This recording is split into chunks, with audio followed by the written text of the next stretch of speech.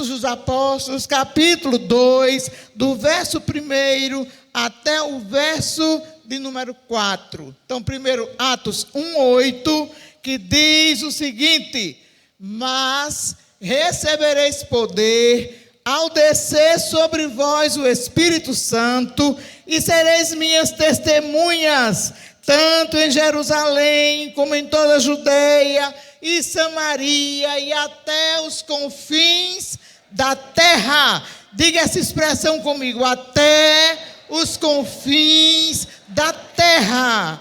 Atos 2, de 1 a 4. Ao cumprir-se o dia de Pentecostes, estavam todos reunidos no mesmo lugar, e de repente veio do céu um vento como um som impetuoso e encheu toda a casa onde estavam assentados, e apareceram distribuídos entre eles línguas como de fogo, e pousou uma sobre cada um deles, e todos ficaram cheios do Espírito Santo, e passaram a falar em outras línguas, segundo o Espírito Santo concedia-lhes que falassem. Vamos repetir a primeira expressão do verso 4. Todos, vamos dizer todos, irmãos, juntos. Todos ficaram cheios do Espírito Santo. A obra de Deus é completa, a obra de Deus não é pela metade. Quando Deus faz esplendidamente bem, maravilhosamente bem. E eu vou repetir o que eu disse na última mensagem que eu preguei aqui. O enchimento com o Espírito Santo não depende do pastor, não depende dos oficiais da igreja, não depende de homem. O enchimento com o Espírito Santo vem do céu, vem do trono de Deus. É um agir de Deus, não é um agir do homem. Mas eu disse também que para que isso aconteça, o homem precisa estar disponível para Deus. O coração aberto para Deus, envolvido com Deus. Isso é o que Deus precisa para poder ele se utilizar deste homem, para ele encher esse homem do Espírito Santo. Quando eu digo homem, eu estou falando no ser humano, as mulheres, os jovens, as crianças, todos são instrumentos que Deus pode usar na terra, e Deus pode encher com o Espírito Santo, porque ele é Deus. Louvado seja o nome do Senhor. Queridos, quando nós passamos pela história da igreja, nós vamos ver que em cada época aconteceu alguma coisa de extraordinário no mundo espiritual. Nós sabemos que a igreja do Senhor Jesus Cristo, quando foi instituída, ela foi instituída pelo próprio Cristo. Quando a gente lê Marcos capítulo 16, nós vamos ver o Senhor instituindo a sua igreja, o Senhor ordenando ao seu povo que se reunissem, que ficasse orando, que esperasse, que ia descer do céu o Espírito Santo para ser a companhia diária daqueles que serviam a Deus. Eu quero dizer a você, meu irmão, minha irmã, jovem, adolescente, que não pode existir coisa maior, melhor e mais preciosa do que a nossa salvação em Cristo Jesus. Tem gente ignorante que às vezes alguém bota assim no Face: o melhor de Deus está por vir. Não, o melhor de Deus já. A salvação é o melhor de Deus. Mas todo dia Paulo diz que nós andamos em novidade de vida. Todo dia acontece coisa nova e coisa boa na vida de quem vive com o Senhor, de quem busca a Deus. Então, o melhor está por vir todo dia na nossa vida, quando nós buscamos o Senhor. Então, nós fomos salvos, porque até aí, até Cristo vir, salvação não era algo discutido e trabalhado no coração das pessoas. Era crente, tinha Deus, mas não sabiam de uma experiência com Jesus Cristo. E nós vamos ver isso, queridos, antes do novo mundo, antes da descoberta do Brasil. Já existia, né? No ano de 1492, que foi quando Colombo veio aqui para colonizar os índios, não é? Para trabalhar os índios. Antes disso, já existia muitos movimentos em que o Espírito Santo de Deus já havia fluído, já havia inflamado, já havia feito alguma coisa na vida das pessoas. E nós vamos ver, queridos, que bem antes do novo mundo já existia líderes que se levantavam para combater os erros da coroa lá na Inglaterra, né? Por exemplo, o rei Carlos, ele bateu muito de frente com os puritanos. Por quê? Porque a Igreja Católica em si era quem dominava o mundo de então. E a Igreja Católica, eles viviam de qualquer maneira. Eles não tinham regras, eles não tinham vida devocional, eles não tinham vida de busca a Deus. E daí se levanta, naquele meio, um grupo chamado de puritanos, porque aí já tinha tido os batistas, né? Já tinha, muita coisa já tinha acontecido no mundo cristão, mas aí se levanta os puritanos, e os puritanos, eles se levantam revoltados com a vida cristã que muita gente levava. Então os puritanos começaram a questionar uma vida de busca a Deus, uma vida de oração, começaram a querer se afastar do pecado. E isso é o que nós chamamos de renovação espiritual. Eu disse a vocês que não é a glória a Deus, não é aleluia, não é bater palma, não é pular, não é dançar na presença de Deus, que é avivamento. Avivamento é um desejo profundo de termos mais de Deus na nossa vida, de fugirmos do pecado, de não querermos história com o mundo secular que se afasta de Deus a cada dia. Então os puritanos foi esse grupo que se levantou questionando essas coisas. Então eles queriam fazer o melhor para Deus, eles queriam ter momentos de vida com Deus, eles queriam sentir a presença de Deus em suas vidas. E aí, quando os puritanos se levantam, começa uma nova história no mundo cristão. E começa uma guerra muito grande, né, com o rei. O rei não admitia aquilo. E a guerra foi tão grande e os puritanos venceram, porque quem está com Cristo é maior. Por isso que eu digo que esse vírus não vai nos vencer não, irmãos. Esse vírus não vai parar a igreja não. Porque o Deus da igreja é conosco, está conosco, tudo é dele, por ele e para ele. Então os puritanos venceram e o rei Carlos foi condenado à morte. Daí, quando os puritanos dominaram tudo, começou então questionamentos. E daí houve divisão. Houve uma divisão. Mas os puritanos não cederam. Eles continuaram buscando a Deus. Eles continuaram trabalhando o Evangelho. E a gente vai ver, queridos, que aí depois de vários anos, não é, vem então os dissidentes ingleses que fugiram da guerra e eles se aglomeraram e formaram realmente um grupo cristão forte.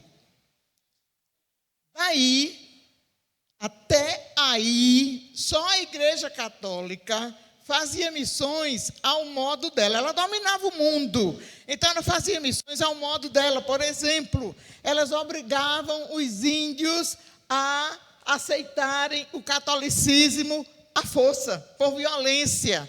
Não era que eles quisessem. Então, mataram muitos índios. Do jeito que batizaram mais de 1 milhão de índios, eles também mataram, porque naquela época eram 6 milhões de índios a população. Mas aí eles mataram os índios para tomar as riquezas dos índios, e aí dominavam na questão de missões. Só que eles faziam missões à base de violência. Mas graças a Deus que os morávios foi levantado exatamente nessa época. E esse grupo de morávios, através de um homem que era o conde Zinzendorf, ele começou a sentir um desejo de buscar a Deus, de querer mais de Deus, de ter vida de oração.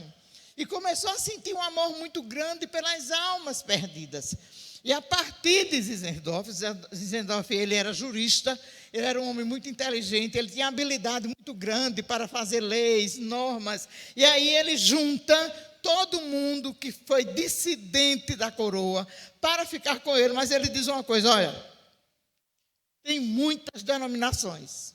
E o grupo que está aqui vem de várias denominações, presbiterianos, batistas, anabatistas, e era muita gente. E ele disse, olha, onde se reúne denominações, sempre vai haver briga. Porque cada um quer defender a sua bandeira, não é? Cada um quer que seu sistema seja o válido. Então, para vocês ficarem comigo, vai ter uma única razão. Nós vamos defender o que nos une. O que nos afasta não vai ser nem falado aqui nesta comunidade.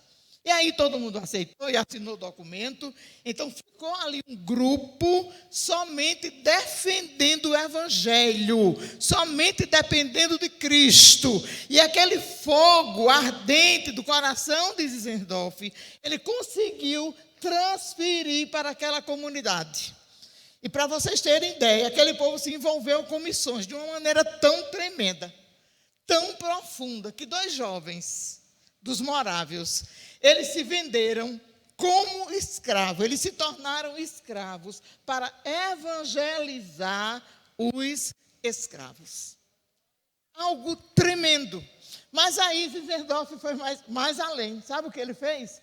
Ele fundou uma torre de vigia. O que era essa torre de vigia? Ele pegou 24 homens e 24 mulheres da comunidade para orar 24 horas pelo mundo, pelas almas perdidas, por missões. Sabe quantos anos levou esse movimento de oração? 100 anos. Eles oraram 100 anos, louvado seja o nome do Senhor.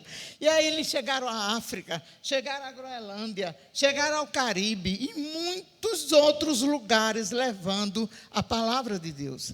E Zinzendorf, o grande amor que ele tinha pelas nações, pelos povos, ele foi levantando missionários e ele conseguiu levantar 2.000 missionários e enviar para o mundo. Por isso que eu disse aqui que um dos viés do avivamento espiritual, um dos viés do enchimento do Espírito Santo é missões. Quem está cheio do Espírito Santo ama as almas perdidas. Quem está cheio do Espírito Santo sente o desejo de levar a mensagem em Jerusalém, Judeia, Samaria e até os confins da terra. Louvado seja Deus. E Zinzendorf manda aqueles 2.000 missionários. E quando ele termina de fazer aquela estatística, de ver os povos que estavam abastecidos com os missionários, ele viu que os esquimós não tinha nenhum missionário para os esquimós. E ele fica muito apreensivo, e ele ora, e ele clama a Deus. E uma noite, Deus fala ao coração dele, para ele ir à casa de um dos membros daquele grupo, e desafiá-lo a ir aos esquimós. E a história diz que era um latoeiro, era um homem que fazia lamparinas, morava sozinho, distante da cidade. E Zinzendorf vai até ali, a casa daquele homem, e quando chega ali, lança o desafio para que ele vá ser missionário lá nos esquimós. E aquele homem aceita de bom grado, com alegria no coração. E Zinzendorf pergunta a ele, o que é que você precisa para ir para os esquimós? Ele disse: um par de sandália. Se fosse hoje, era o que a gente ia pedir? Quando o missionário vai para o campo, o que é que ele quer? No mínimo, 5 salários mínimos. No mínimo, um carro zero. No mínimo, uma casa bem equipada. É ruim isso? Não, é bom. Merece, o obreiro merece. Mas isso não deve ser uma dificuldade, um problema, um obstáculo, um muro para que você não vá fazer missões. E aquele homem disse que precisa de um par de sandálias. E Zizendorf diz: eu vou providenciar e amanhã cedo eu venho trazer. E Zizendorf foi. Só que quando Zizendorf chega ali, a casa estava fechada. Ele disse: pronto, o homem desistiu de ir. Bateu, chamou, ninguém atendeu. Distante tinha uma casa. E ele viu que tinha uma senhora varrendo lá o quintal. E ele se dirigiu até lá, deu bom dia e perguntou: você viu o morador daquela casa hoje nessas redondezas? Era se vi. Era muito cedo, ainda estava quase escuro quando ele passou aqui. Me deu bom dia. Eu perguntei para onde ele ia e ele disse que ia para um grande negócio. Ele estava indo embora para os esquimós. Nunca mais se ouviu falar daquele homem. Mas sabe que dentro de 2 anos, mais de 50 esquimós foram salvos. Louvado seja o nome do Senhor. Isso é avivamento. Não espere que avivamento seja um anjo voando aqui embaixo. Bola de fogo caindo do céu. Deus pode fazer isso, mas não é isso. Avivamento é joelho no chão. Avivamento é alma sedente de Deus. Avivamento é entrega total. Avivamento é renúncia.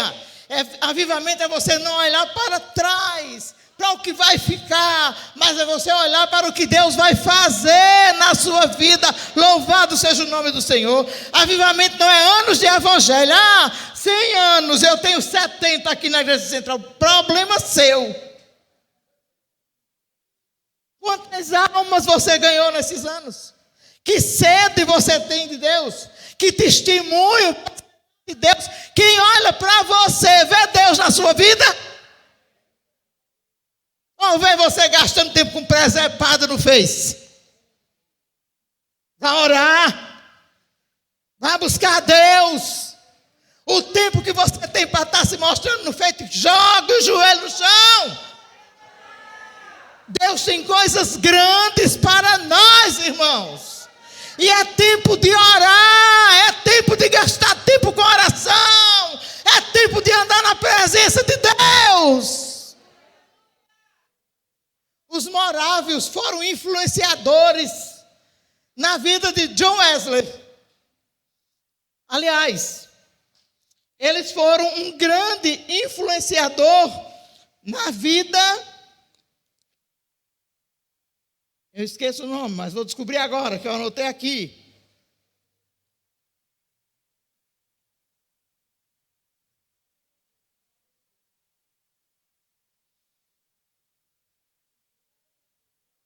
Bom, os morávios estavam dentro de um navio, indo para a América do Norte, evangelizar os índios.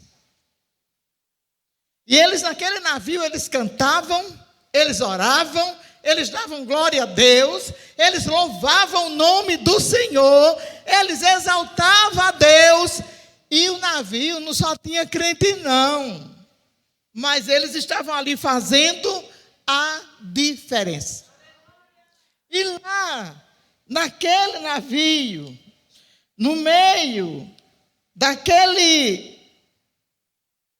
alegria toda, daquele entusiasmo todo, estava um pastor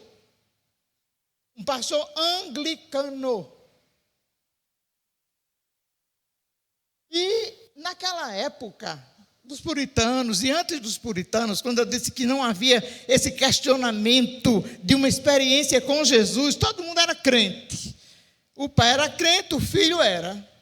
Se o pai era crente, a mulher era. Se o filho era, o neto era. Então, era algo que acontecia simultaneamente, mas eles não tinham a real certeza de salvação. Eles diziam que eram crentes, porque era o que eles viviam nas suas casas, nas suas famílias. E naquele navio começou a haver um momento de temor, porque o navio quis naufragar. E quando os moravianos viram que o navio ia a perigo, aí foi que eles cantaram. Aí foi que eles louvaram a Deus. E aquele pastor anglicano, morrendo de medo, se o navio afundasse, ele não tinha certeza de salvação. Ele começou a se questionar. Eu sou crente. Eu sei que Jesus salva. Mas e eu? Eu sou salvo? E naquele momento, que ele viu os morávios, naquela alegria, naquele entusiasmo, em vez de estarem com medo, ele vai perto de um daqueles homens e pergunta: o que é que acontece com vocês? Que vocês não têm medo da morte? O navio está aqui para afundar, eu estou aqui morrendo de medo. E ele disse: nós temos Cristo como nosso Salvador. O nosso nome está escrito no livro da vida. E nós vamos para lá. Se o navio afundar, nós voltaremos para o lar que Cristo preparou e prometeu para nós. E o irmão perguntou a ele: e você? Você já é crente? Sou crente. Eu conheço Jesus, é o Jesus dos meus pais, desde a minha infância. E aquele irmão perguntou: não, eu quero saber sobre a sua vida eterna. Você tem certeza que vai para o céu? E ele disse: não tenho. E ali aquele homem é evangelizado. E quando ele desce do navio, lá na Inglaterra, ele encontra com outro moraviano que estava lá numa estação. E ele começa a conversar, e aí o moraviano vem com a mesma história para ele. E evangeliza aquele pastor e ele se converte. Glória a Deus. John Wesley, ele mesmo, foi o que eu disse no início. Há 4 anos atrás, pastor Aurivan, aliás, há 5 anos, pastor Aurivan era presidente da nossa denominação. E pastor Aurivan foi convidado para pregar no retiro de pastores, só pastores de uma certa denominação, que eu não vou dizer o nome. E pastor Aurivan pregou na primeira noite. E ele disse que Deus levou a ele dar uma mensagem evangelística e ele não entendeu. Ficou morto de vergonha. Como era que ele ia pregar no retiro de pastores e ia entregar uma mensagem evangelística? Mas ele disse que lutou com Deus a madrugada toda, mas Deus disse que era aquela mensagem. E ele prega a mensagem na primeira noite. Na segunda noite, ele prepara outra mensagem. Aí o pastor presidente que estava dirigindo o retiro, chega junto dele e diz: eu quero que você repita a mensagem de ontem à noite. Ele disse: não é possível um negócio desse. E o pastor disse: é para repetir. E ele repetiu. 21 pastores se converteram naquela noite. É o perigo do calvinismo. Cuidado. Seja calvinista, mas seja salvo. Seja calvinista, mas guarde a palavra dentro do seu coração. Em vão é confiar no homem. Temos que confiar no nosso Deus, no Senhor dos senhores, naquele que enviou Jesus Cristo para morrer na cruz do Calvário e perdoar os nossos pecados.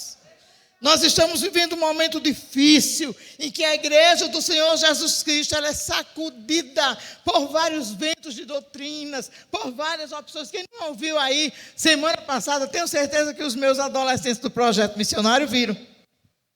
O pastor René pregando no Facebook para o mundo inteiro, dizendo que a Bíblia não é válida não. Tem que reavaliar. Não é isso que tem na Bíblia, não. Tem que provar por A mais B que a Bíblia precisa mudar. É para aceitar toda a safadeza que o mundo aceita. Não pode não pode confrontar pecado. É para passar a mão na cabeça de todo mundo. A igreja tem que ter amor. Isso não é amor. Isso é hipocrisia. Você dizer que o homossexualismo não é pecado, que o lesbianismo não é pecado, você dizer que o marido que troca sua mulher por outra não é pecado, a Bíblia diz. E eu fico com a Bíblia, porque a Bíblia é boca de Deus. Por causa dessa pouca vergonha de muitos pastores, crentes, seminaristas, aceitarem essa ideia diabólica, é que nós estamos vendo homens de Deus caindo no pecado. Está tão simples hoje o pastor adulterar. Está até engraçado.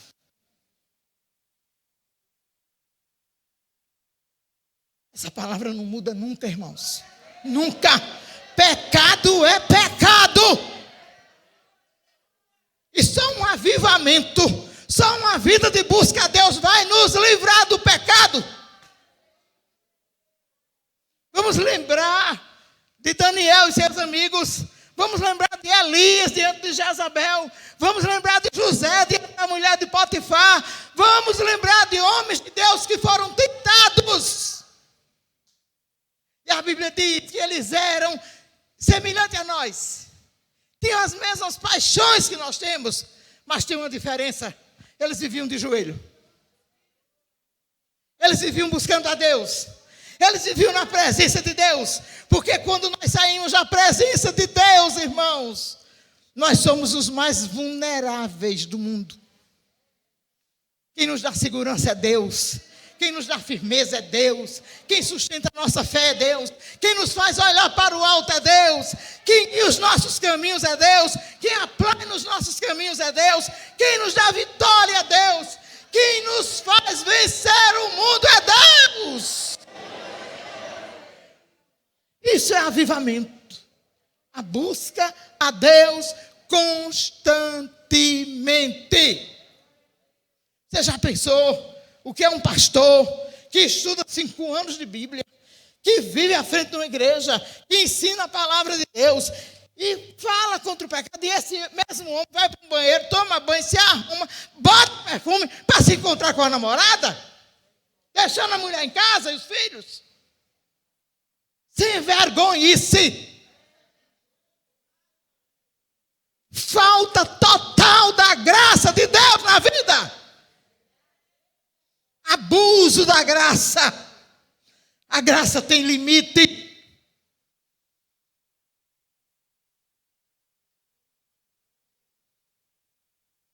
Como é que um pastor tem relação sexual com uma mulher dentro de um gabinete? Como é que um pastor sai de casa para ir para um motel? Onde está a presença de Deus na vida desse homem? Ah, mas é porque as mulheres dão em cima. Interessante. E o seu compromisso com Deus está onde? Expulsa o demônio dessa mulher. É por uma gíria.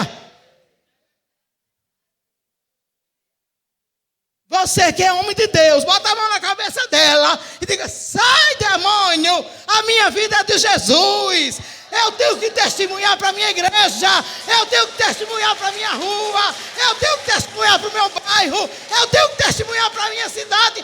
Eu sou de Deus. Ah, um sorriso já me deixou apaixonado.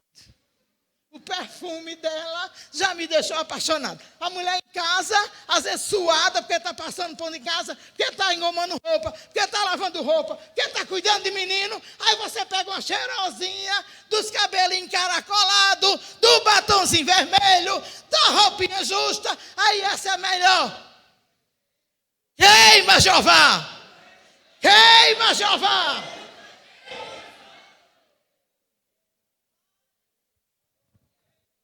Todos foram cheios do Espírito Santo. É o que Deus quer para mim e para você. As mulheres também têm cuidado. Tenha cuidado. Que o diabo é diabo em todo canto, até em cochichola. Tenha uma vida de oração. Não brinque, não. Honre a Deus. Seja cheio do Espírito Santo para exaltar o perfume de Cristo. Seja cheio do Espírito Santo para ganhar almas para Jesus. Cuidado com o Face. Cuidado. Pastor, tendo relacionamento sexual pelo Face. Marca a hora. Ela manda dizer a roupa que está vestindo. O perfume que está usando.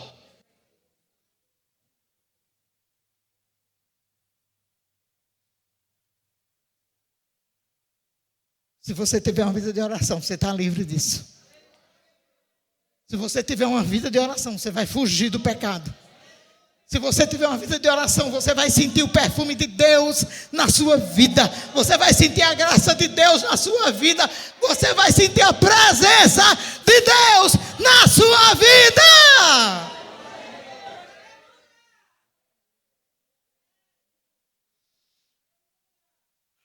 O avivamento está voltando. Busque. Busque.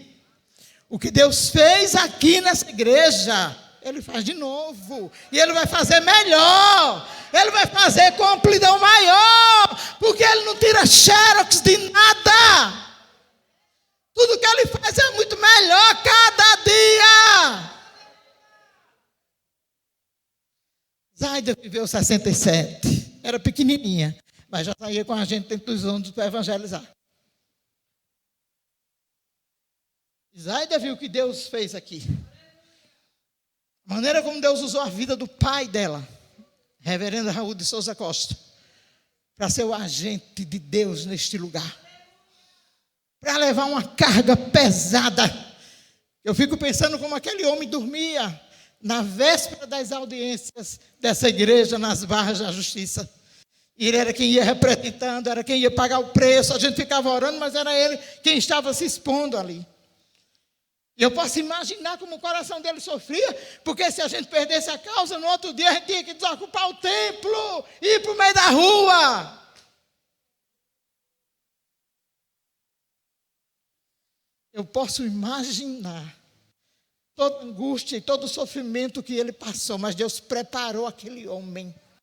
Deus quebrou aquele homem. Deus refez aquele homem. Deus encheu aquele homem do Espírito Santo, porque Deus sabia a grande carga que ele haveria de levar nos ombros. Glória a Deus, porque nós estamos aqui 100 anos esperando o Cordeiro. E o Cordeiro vem. O Cordeiro vem. Não desanime. O Cordeiro vem. E vem para levar a sua igreja.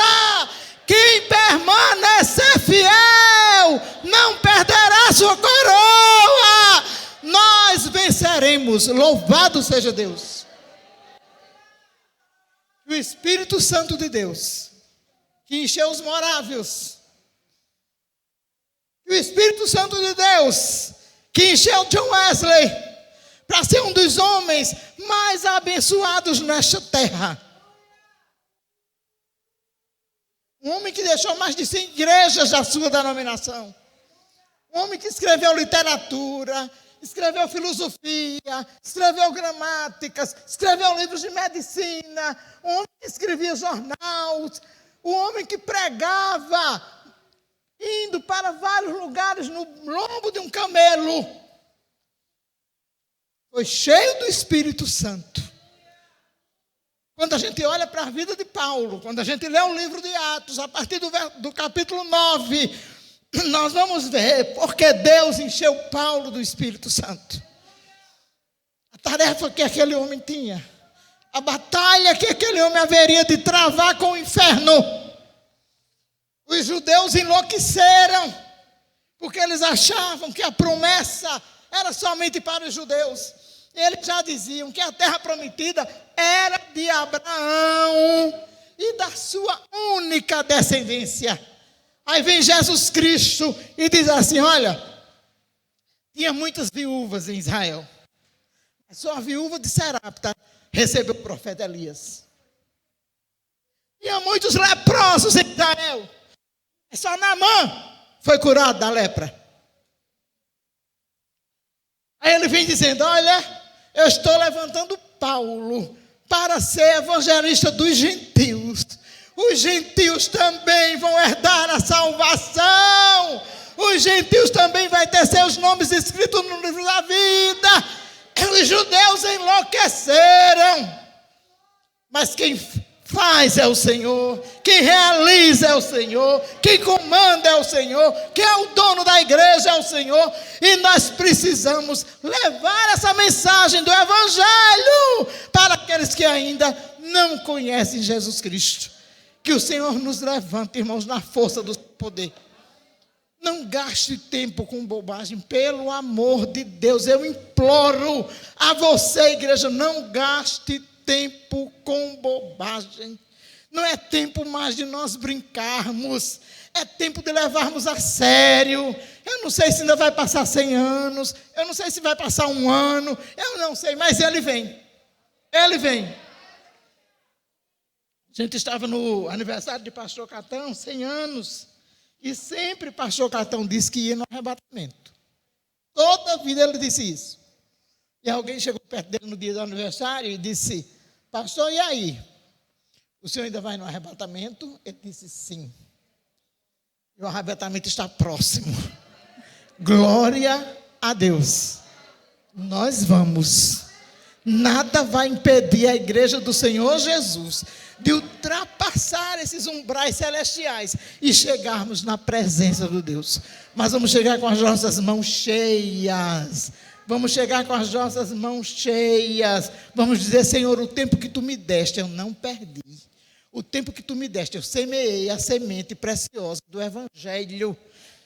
Irmãos, eu fico tão feliz, eu fico tão entusiasmada quando eu olho para esses meninos do projeto missionário.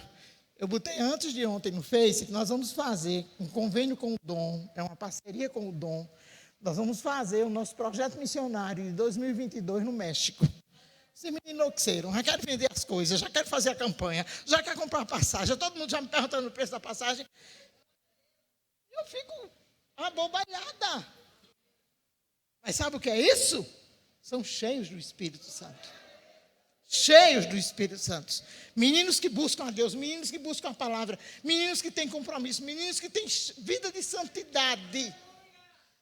Se você tivesse o grupo do projeto missionário, você ia ficar abobalhado.